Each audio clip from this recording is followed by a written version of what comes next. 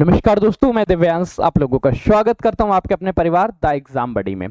सुबह के 6 बज चुके हैं और आप देखना प्रारंभ कर चुके हैं डेली करंट अफेयर्स का यह सेशन। इस सेशन में बेटा हम लोग चर्चा करते हैं करंट अफेयर्स की उन महत्वपूर्ण घटनाओं के बारे में जो कल के दिन घटित हुई थी और आपके एग्जाम में पूछी जाएंगी। अगर आप कॉम्पिटिटिव एग्जाम्स की बात करें तो कॉम्पिटिटिव एग्जाम्स के लिए द एग्जाम बड़ी एक मनी बैक गारंटी प्रोग्राम लेके आया। अब ये मनी बैक गारंटी प्रोग्राम है क्या, इसकी थोड़ी सी चर्चा कर लेते हैं, फिर सेशन को स्टार्ट करते हैं। है क्या बेटा, आप किसी भी एग्जाम्स की तैयारी कर रहे हो, अगर उसकी तैयारी हम द एग्जाम्स बड़ी के साथ करा रहे हैं, अभी हम मुख्य तौर पर यूपी ट्रिपल एससी की तैयारी करा रहे हैं। यूपी ट्रिपल एससी का कोई भी एग्जाम्स हो, एसएससी का कोई भी एग्जाम्स, इनकी तैयारी करा रहे हैं, साथ ही यूपी पुलिस के। अगर आप इनमें से किसी भी बैच में एनरोल होते हैं और जिस दिन आपका एग्जाम होगा, एग्जाम के सेकेंड डे हम लोग आइडेंटिफाई करेंगे कितने मार्क्स आए।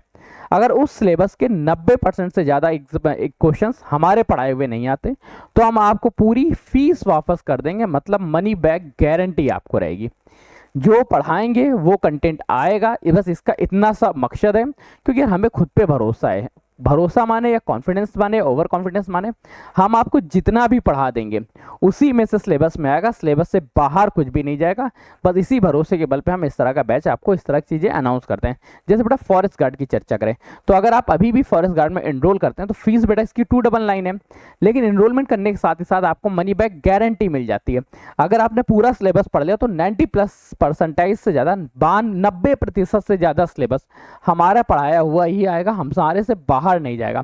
अगर आप यूपी में किसी और भी एग्जाम्स की तैयारी कर रहे हो, चाहे ये एग्जाम्स हो, एक्साइज कांस्टेबल का एग्जाम्स हो या बहुत सारे अदर एग्जाम्स जो लगातार लगे ही रहते हैं, अगर आप उनमें से किसी की भी तैयारी कर रहे हैं तो भी बेटा हर एक बैच में money back guarantee, money back guarantee. जैसे बेटा यूपी जी के ब्रह्मास्त्र बैच की चर्चा करें, आपके एग्जाम में यूपी जी के का था, आपने केवल यूपी जी के का बैच लिया और ये बैच बेटा आपका कंप्लीट होगा 90 दिनों में। 90 दिन बाद आपका जो भी एग्जाम्स हो और उसमें अगर आप लोगों की बेटा 90% पढ़ाया हुआ हमारा नहीं फंसता है तो मैं आपको पूरी फीस रिटर्न कर दूंगा। अच्छा 999, चलो बेटा आप कमेंट्स कर रहे हैं तो बेटा आप लोगों के लिए एक कोड बता देता हूँ, आप यूज कर लेना बेटा बड़ी कोड। अगर वर्क नहीं करते तो आप मुझे नंबर पे 9889057003 इस नंबर पे व्हाट्सअप कर देना। बड़ी कोड के बाद इसकी फीस बेटा 999 ना होकर 499 हो जाएगी, तब मैं डिस्काउंट कर सकता हूँ। सेम बेटा कंप्यूटर के लिए भी 499 फीस कर दूंगा, इसकी फीस बेटा 299 ही रहेगी। बाकी बेटा जो भी 999 के बैचेस हैं उनकी फीस मैं बेटा आप लोगों के लिए 499 करवा दूंगा, 500 रुपये का एक स्पेशल डिस्काउंट मिल जाएगा। आप लोग मुझे व्हाट्सअप कर लेना या मेरा दिए गए कोड BUDDY बड़ी को यूज कर लेना, इतना मैं आपके लिए करा दूंगा। और हाँ, हर बैच में हर एक सेशन में मनी बैक गारंटी इन्वॉल्व रहेगी। तो चलिए अब सेशन को स्टार्ट करते हैं। मन में कोई क्वेश्चन डाउट उत्पन्न होता है तो कमेंट करिएगा। पहला प्रश्न बेटा आपसे पूछ रहा है, आप बेटा जो महत्वपूर्ण प्रश्न है उसमें से पहली श्रृंखला क्या है? पहली श्रृंखला है 9 जून 2026 को केंद्रीय गृह मंत्री अमित शाह ने सीमा पे कार्गो और यात्रियों की आवाजाही को पूरी तरह डिजिटल बनाने के लिए एक नई प्रणाली को लॉन्च किया है। ये बड़ा एकीकृत सीमा पत्तन प्रणाली है, लैंड पोर्ट मैनेजमेंट सिस्टम है, सीमा व्यापार सुगमीकरण पोर्टल है, राष्ट्रीय भूमि पतन ग्रिड है, या इनमें से कोई नहीं। देखो बेटा, केंद्रीय गृह मंत्री अमित शाह ने नए digital land port management system LPMS launch किया है।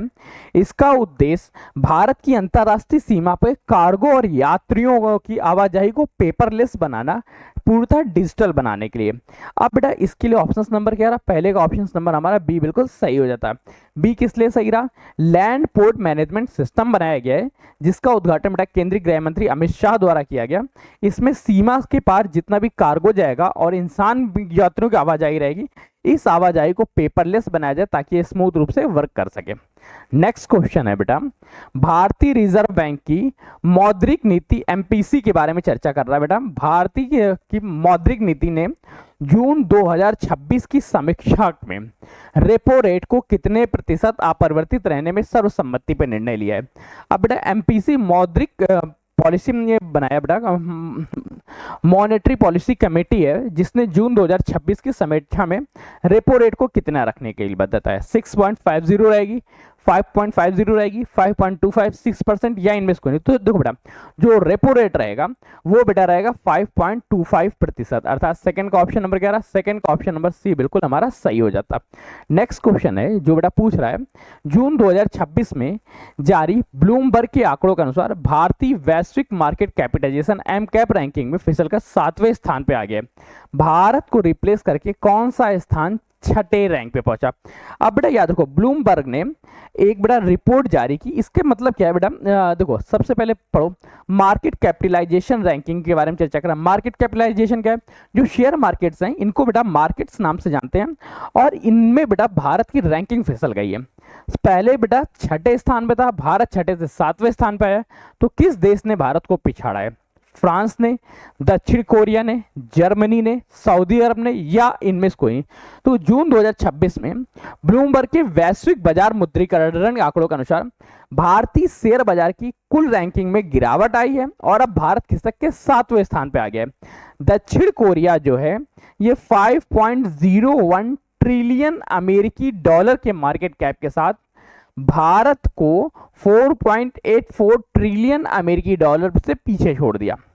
दक्षिण कोरिया ने एआई इंटेलिजेंसी से जुड़े शेयरों में बहुत तेजी से बढ़ा देखने को मिली, जिस वजह से उनके साथ ये प्रॉफिट हुआ। थर्ड का ऑप्शन नंबर 11 बी बिल्कुल सही हो जाता। नेक्स्ट क्वेश्चन है बेटा, पर्यावरण मंत्रालय द्वारा जून 2026 में उत्तर प्रदेश के बलिया जिले में स्थित किस आर्द्रभूमि को भारत का 100वां रामसर स्थल घोषित किया गया। भारत का 100th रामसर स्थल बेटा किसे घोषित किया गया है। सुरहताल जयप्रकाश नारायण पक्षी अभ्यारण्य को, शमसपुर पक्षी अभ्यारण्य को, सांडी पक्षी अभ्यारण्य को, बखीरा वन्यजीव अभ्यारण्य को, या इनमें से कोई नहीं। तो बेटा 100वां रामसर स्थल जो है वो सुरहताल जयप्रकाश नारायण पक्षी अभ्यारण्य को घोषित किया गया। और ये जयप्रकाश नारायण पक्षी अभ्यारण्य है कहाँ पे, ये बेटा उत्तर प्रदेश के बलिया जिले में स्थित है। और साथ ही साथ ये बेटा भारत का जो यूपी का जो है, यूपी का 13वां रामसर स्थल है, भारत का 100वां रामसर स्थल है। इस तरह से बेटा याद रखना। नेक्स्ट बेटा क्वेश्चन पूछ रहा है, अगले प्रश्न को ध्यान से देखो और बताओ कि मंगोलिया के उलान बटोर में आयोजित महिला एशियाई व्यक्तिगत शतरंज चैंपियनशिप 2026 का खिताब किसने जीता है।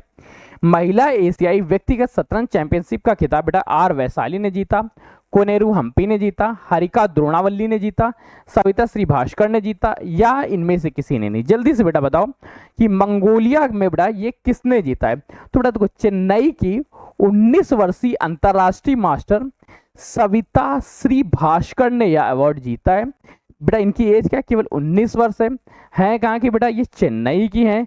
चेन्नई के साथ ही अंतरराष्ट्रीय मास्टर आईएम सविता भास्कर ने मंगोलिया के उलान बटोर में आयोजित महिला एशियाई शतरंज चैंपियनशिप 2026 का खिताब जीत के इतिहास रचा है। इन्होंने 9 राउंड में कुल 7.5 अंक हासिल किए थे। ये भी बेटा पॉइंट्स याद रखना। कौन है बेटा, सविता श्री भास्कर। ऑप्शन नंबर 11 पांचवे का डी बिल्कुल सही हो जाता है। नेक्स्ट क्वेश्चन है बेटा, इस क्वेश्चन को ध्यान से देखना और बताना कि जून 2026 के केंद्रीय सरकार द्वारा आरबीआई के डिप्टी गवर्नर के रूप में किसका कार्यकाल 2 वर्षों के लिए बढ़ा दिया गया। आरबीआई के डिप्टी गवर्नर के रूप में बेटा टीबी रविशंकर का कार्यकाल बढ़ाया गया, स्वामीनाथन जानकी रमन का कार्यकाल बढ़ाया गया, राम राजेश्वर राव का कार्यकाल बनाया गया, माइकल देवव्रत पात्रा का कार्यकाल बढ़ाया गया, या इनमें से कोई नहीं। तो बेटा केंद्र सरकार ने एक आधिकारिक आदेश के माध्यम से स्वामीनाथन जाकरी मनन का आरबीआई में डिप्टी गवर्नर के रूप में 2 साल का एक्सटेंशन दिया है, अर्थात छठे का ऑप्शन नंबर बी बिल्कुल सही हो जाता है। इनका कार्यकाल 26 जून को एक्सपायर हो रहा था, अब इनका 26 जून 2028 तक इनका कार्यकाल बना रहेगा। नेक्स्ट बेटा क्वेश्चन है, अच्छा आप लोग ये बताओ आप लोगों को क्वेश्चन समझ में आ रहा है यानी, मैं कमेंट्स बेटा आप लोग को खोल लेता हूँ। एक्चुअली सुबह का समय हो सकता है आप लोग सो के उठो।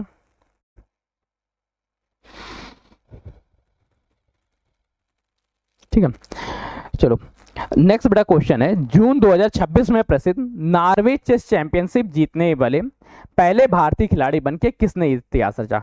Norway chess championship D Gukesh ने जीता, अर्जुन एरिगेसी ने जीता, आर प्रज्ञानंद ने जीता, विदित गुजराती ने जीता, या इनमें से किसी ने।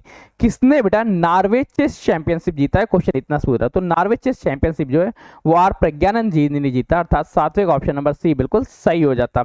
भारतीय ग्रैंड मास्टर रामेश बाबू प्रज्ञानंदन, बेटा इनका पूरा नाम क्या है, पूरा नाम बेटा याद रखना आर प्रज्ञानंदन जी का। रामेश बाबू क्या बेटा, रामेश बाबू प्रज्ञानंदन ने ओस्लो में आयोजित प्रतिष्ठित नॉर्वे चेस चैंपियनशिप 2026 का खिताब जीत के इतिहास रचा है। वो इस इतिहास को रचने वाले भारत के पहले शतरंज खिलाड़ी बन गए और उन्होंने फाइनल राउंड में बेटा जर्मनी के विकेट केमर को हराया। किसको बेटा हटाया, जर्मनी के विसेंट केमर को हराया। ये भी बेटा याद रखना, विसेंट केमर थे कहाँ के, ये बेटा जर्मनी के। नेक्स्ट क्वेश्चन बेटा है, हाल ही में जून 2026 में किस राज्य सरकार और राष्ट्रीय स्वास्थ्य प्राधिकरण एनएचए के बीच आयुष्मान भारत योजना को लागू करने के लिए ज्ञापन समझौते पर हस्ताक्षर किया है? हाल ही में बेटा जो आयुष्मान है ये बेटा कहाँ लागू किया गया? उड़ीसा में, दिल्ली में, पश्चिम बंगाल में, तेलंगाना में, या इनमें से किसी नहीं? तो बेटा हाल ही में आयुष्मान भारत योजना जो है वो पश्चिम बंगाल में लॉन्च की गई, अर्थात 8वें का ऑप्शन नंबर सी बिल्कुल सही हो जाता। पश्चिम बंगाल सरकार ने राज्य में केंद्र सरकार की महत्वाकांक्षी स्वास्थ्य बीमा योजना आयुष्मान भारत प्रधानमंत्री जन आरोग्य योजना को लागू किया है। नेक्स्ट क्वेश्चन है बेटा, जून 2026 के इंटरनेशनल फाइनेंस कोऑपरेशन ने भारत में ग्रीन हाइड्रोजन को बढ़ावा देने के लिए हाइजेनको ग्रीन एनर्जीज में कितने मिलियन डॉलर के निवेश की प्रतिबद्धता जताई है?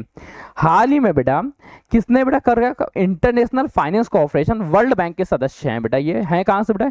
वर्ल्ड बैंक के सदस्य इंटरनेशनल फाइनेंस कोऑपरेशन ने भारत में ग्रीन हाइड्रोजन को बढ़ावा देने के लिए 50 मिलियन डॉलर का निवेश कर रहे हैं, अर्थात 9th का ऑप्शन नंबर बी बिल्कुल सही हो जाता है, 50 मिलियन डॉलर। नेक्स्ट क्वेश्चन है, राष्ट्रीय परीक्षा एजेंसी एनटीए के नए महानिदेशक डीजी के रूप में किसे नियुक्त किया गया है, जिसके बाद एयर इंडिया एआई मिशन का अतिरिक्त प्रभार सौरभ विजय को सौंपा गया?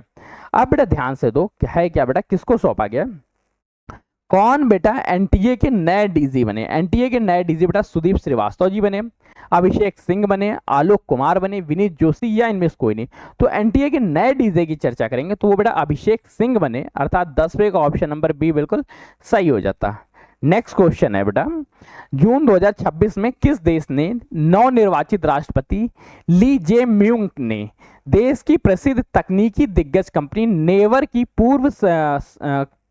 पूर्व प्रमुख हुएन सियोंग सुक को नया प्रधानमंत्री नियुक्त किया है? जल्दी से बेटा ये बताओ कि हुएन सोंग सुक किस देश के नए प्रधानमंत्री बने हैं? बस इतना छोटा सा प्रश्न है। ताइवान के नए प्रधानमंत्री बने, जापान के, दक्षिण कोरिया के, वियतनाम के, या इनमें से किसी के नहीं? जल्दी से बताओ, सियोंग सुक जो हैं वो कहाँ के नए प्रधानमंत्री बने हैं? तो ये बेटा प्रधानमंत्री बने हैं दक्षिण कोरिया के, अर्थात 11th का ऑप्शन नंबर सी बिल्कुल सही हो जाता। दक्षिण कोरिया के नए प्रधानमंत्री हान स्यूंग सुक बने हैं। अच्छा, उत्तरी कोरिया के कोई बने? उत्तरी कोरिया बेटा वही है, इनमें कोई चेंजेस नहीं आता। भारतीय नौसेना और रक्षा अनुसंधान क्षेत्रों में चर्चा में रही प्रोजेक्ट नीलगिरी तैर रहे के तहत जारी गणना के अनुसार एक लुप्त प्राय जीव की आबादी बढ़कर 1364 हो गई। यह किस राज्य का राजकीय पशु है? अब बेटा याद रखो कि प्रोजेक्ट नीलगिरी तरह किस राज्य में? नीलगिरी तरह बेटा केरल राज्य में है, कर्नाटका राज्य में है, तमिलनाडु में, आंध्र प्रदेश में, या इनमें से किसी में नहीं? प्रोजेक्ट नीलगिरी तरह की चर्चा कर रहा है। जो प्रोजेक्ट नीलगिरी तरह है ये बेटा कहाँ पे है? ये बेटा है तमिलनाडु में, अर्थात 12वें का ऑप्शन नंबर सी बिल्कुल सही हो जाता।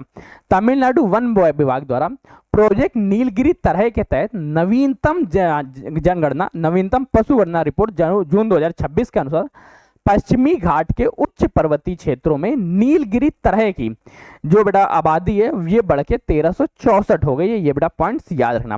केरल राज्य का राजकीय पशु का आपसे चर्चा कर ले तो बेटा क्या है? कर्नाटक का राजकीय पशु क्या? इन बारे में बेटा कमेंट्स करो। नेक्स्ट क्वेश्चन है बेटा, जून 2026 में स्टॉकहोम इंटरनेशनल शांति अनुसंधान संस्थान सिप्री द्वारा जारी नवीनतम वार्षिक रिपोर्ट के अनुसार भारत में परमाणु हथियारों की संख्या बढ़ के कितनी होने का अनुमान है? भारत में परमाणु हथियारों की संख्या 164 होने का अनुमान है, 190, 210, 150, या इनमें से कोई नहीं? जल्दी से बेटा बताओ कि भारत में परमाणु हथियारों की संख्या कितने होने का अनुमान है? ये बेटा अनुमान है 190 संघ, अर्थात सिप्री क्या कहती है? सिप्री कहती है कि भारत में 190 परमाणु हथियार हैं, अर्थात 13वें का ऑप्शन नंबर बी बिल्कुल सही हो जाता है। नेक्स्ट क्वेश्चन है और इस क्वेश्चन को ध्यान से देखना होगा, बताना पड़ेगा आपको। जून 2026 में देश में विधायी प्रक्रिया को पूर्णतः डिजिटल और पेपरलेस बनाने के उद्देश्य से किस राज्य ने विधानसभा में राष्ट्रीय ई विधान एप्लीकेशन नेवा को लागू करने के लिए त्रिपक्षीय समझौते पे हस्ताक्षर किया है? अब नेवा उत्तर प्रदेश के लिए है, गुजरात के लिए है, बिहार के लिए है, या इनमें से किसी ने किसी अन्य के लिए? तो याद रखो बेटा जो नेवा है ये हाल ही में पश्चिम बंगाल गवर्नमेंट ने जारी किया था। 14वें का ऑप्शन नंबर सी बिल्कुल सही है। केंद्रीय विधायी मामलों की मंत्रालय में उपस्थिति के में पश्चिम बंगाल विधानसभा ने राष्ट्रीय ई विधान एप्लीकेशन को अपनाने के लिए एक त्रिपक्षीय समझौता हस्ताक्षर किया है। नेक्स्ट प्रश्न है, केंद्रीय खाद्य सुरक्षा और मानक प्राधिकरण फसाई ने अनुमोदित खाद्य शाकाहारी खाद्य उत्पादों के लिए एक नया मानकीकरण वेगन लोगो पेश किया है। निर्माताओं ने इसे अनिवार्य करने के लिए लागू करने के लिए अंतिम समय क्या सीमा रखी? जो बेटा वीगन लोगो है ये जनवरी 2027 तक लागू हो जाना चाहिए। जुलाई की डेट मिली है, दिसंबर 2026 में, मार्च 2028 में, या इनमें से कोई नहीं। तो याद रखो, फसाई ने देश में वेगन अर्थात पूर्णतः शाकाहारी जिसमें डेयरी उत्पाद भी नहीं शामिल हो उसके लिए एक नया लोगो बनाया है और ये बेटा लागू हो जाएगा जुलाई 2027 से। ये भी बेटा पॉइंट्स याद रखना। इसके बाद बेटा वेगन लोगो को थोड़ा सा आराम मिल जाएगा, 15 का ऑप्शन नंबर बी बिल्कुल सही हो जाता। नेक्स्ट क्वेश्चन है, जून 2026 में प्रधानमंत्री नरेंद्र मोदी ने केंद्र शासित प्रदेश दमन और दीव में हवाई कनेक्टिविटी और पर्यावरण को बढ़ावा देने के लिए किस नए हवाई अड्डे के टर्मिनल का निर्माण किया है? उड़ान बेटा एक प्रोजेक्ट है जिसका अर्थ है उड़े देश का आम नागरिक। इसी के तहत बेटा केंद्र शासित प्रदेश दमन और दीव में भी हवाई कनेक्टिविटी और पर्यटन को बढ़ावा दिया जा रहा। ये बेटा कहाँ पे? दीव इंटरनेशनल में है, नमो इंटरनेशनल, वीर सावरकर टर्मिनल, दमन ग्रीनफील्ड, या इनमें से कहीं नहीं। तो बेटा ये है नमो एयरपोर्ट दमन का, अर्थात 16वें का ऑप्शन नंबर बी बिल्कुल सही हो जाता, नमो एयरपोर्ट। नेक्स्ट क्वेश्चन है बेटा, इसको ध्यान से देखना और बताना। हाल ही में जून 2026 में भारत के किस प्रसिद्ध वरिष्ठ संवैधानिक विशेषज्ञ तथा लोकसभा के पूर्व महासचिव का 97 वर्ष की उम्र में निधन हो गया?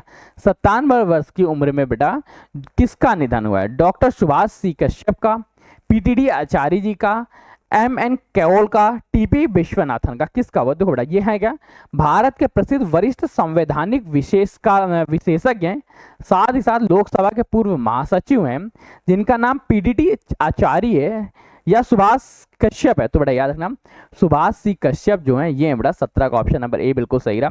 प्रख्यात लेखक लोकसभा के पूर्व महासचिव डॉक्टर सुभाष सी कश्यप का निधन 97 वर्ष की उम्र में हो गया। इन्होंने नई दिल्ली में इनका अपने ही आवास पे अंतिम सांस ली। भारतीय संसद व संविधान पर 100 से अधिक पुस्तकें इन्होंने लिखी हैं। नेक्स्ट क्वेश्चन है, जून 2026 में किस देश के प्रसिद्ध फुटबॉल खिलाड़ी लियोनेल मेस्सी को उनके उत्कृष्ट खेल कैरियर और समाज पे सकारात्मक प्रभाव के लिए प्रतिष्ठित प्रिंसेस ऑफ स्टैच्यूरी अवार्ड से सम्मानित किया गया? प्रिंसेस ऑफ स्टैच्यूरी अवार्ड्स बेटा ब्राजील ने दिया, अर्जेंटीना ने जीत दिया, जापान स्पेन ने दिया, फ्रांस ने दिया, या इनमें से किसी ने? तो बेटा याद रखो प्रिंसेस ऑफ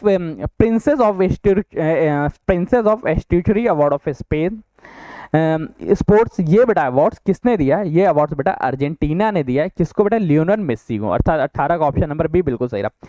अर्जेंटीना के महान और दिग्गज फुटबॉलर लियोनेल मेस्सी को उनके खेल के क्षेत्र में अभूतपूर्व योगदान और परोपकारी कार्यों के लिए स्पेन के प्रतिष्ठित प्रिंसेस ऑफ स्टैच्यूरी अवार्ड 2026 से सम्मानित किया गया है। पॉइंट्स याद रखना। नेक्स्ट क्वेश्चन है, ग्रामीण डिजिटल परिवर्तन को बढ़ावा देने के लिए केंद्रीय संचार और ग्रामीण विकास राज्य मंत्रालय डॉक्टर पेम्मा सनी चंद्रशेखर ने आंध्र प्रदेश के गुंटूर जिले में एक अनूठी पहल शुरू की है। ये अनूठी पहल बेटा क्या है? भारत नेट डिजिटल ग्राम, समृद्ध केंद्रम, ई ग्रामीण सेवा, अंत्योदय डिजिटल हब, या इनमें से कोई नहीं। जल्दी से बेटा बताओ ये किसके द्वारा जारी किया गया?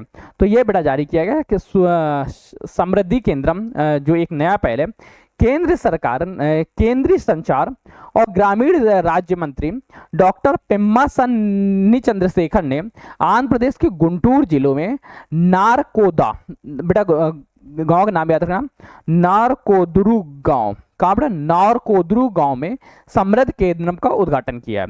यह केंद्र भारत नेट के तहत ग्रामीण क्षेत्रों में हाई स्पीड इंटरनेट और डिजिटल साक्षरता, ई कॉमर्स और सरकारी सेवाओं को सीधे ग्रामीण क्षेत्रों तक पहुंचाने का कार्य करेगा। नेक्स्ट क्वेश्चन है, जून 2026 में किस भारतीय बुनियादी ढांचा विनिर्माण दिग्गज कंपनी ने हरित ऊर्जा में टिकाऊ बुनियादी ढांचे के लिए तमिलनाडु सरकार के साथ 18,600 करोड़ का ज्ञापन हस्ताक्षर किया है? ये बेटा 18,600 करोड़ का जो MOU है ये हाल ही में एलएनटी ने घोषित किया, लार्सन एंड टुब्रो ने, अर्थात ऑप्शन नंबर 11 20 का ऑप्शन नंबर बी बिल्कुल सही हो जाता। ये बेटा आज के करंट अफेयर्स के सेशन थे। मैं आपको बताना चाहता हूँ कि हम लोग बेटा एक मनी बैक गारंटी प्रोग्राम लेके आए। चाहे आप उत्तर प्रदेश अधीनस्थ सेवा चयन आयोग के अंतर्गत किसी भी एग्जाम्स की तैयारी कर रहे हो, आप यूपी पुलिस के अंदर किसी भी एग्जाम्स की तैयारी कर रहे हो, आप एसएससी के अंदर किसी भी एग्जाम्स की तैयारी कर रहे हो, आपका किसी भी एग्जाम्स की कोई भी तैयारी हो, इस बात की बेटा गारंटी देते हैं कि हमारा पूरा पढ़ाया हुआ सिलेबस आएगा, जिसके पक्ष पे हम लोग मनी बैक गारंटी प्रोग्राम आप लोगों के समक्ष लेके आ रहे हैं। इस बेटा गारंटी प्रोग्राम की खासियत क्या है, अगर आप एक बार एनरोल होते हैं और हमारा पढ़ाया हुआ 90% से ज़्यादा आपके सेम पेपर में नहीं आता है, तो फिर बेटा हम आपकी पूरी की पूरी फीस रिफंड कर देंगे।